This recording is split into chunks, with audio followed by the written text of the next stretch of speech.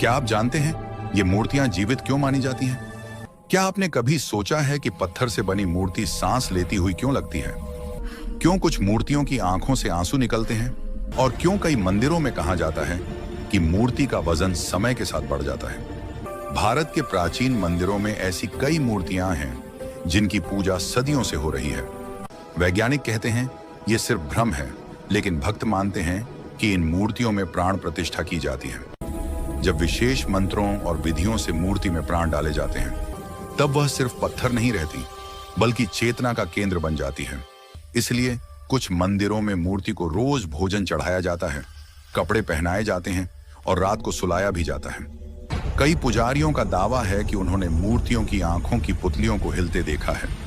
कुछ मूर्तियों के शरीर से गर्माहट महसूस की गई है और कई बार चढ़ाया गया भोजन अपने आप कम हो जाता है। अब सवाल ये है, क्या ये सब सिर्फ आस्था का खेल है या फिर ऐसा कोई रहस्य है जिसे विज्ञान आज तक समझ नहीं पाया?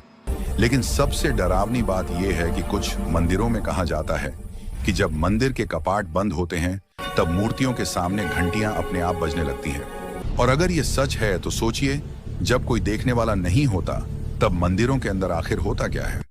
अगला सच जानकर आप रात में सो नहीं पाएंगे।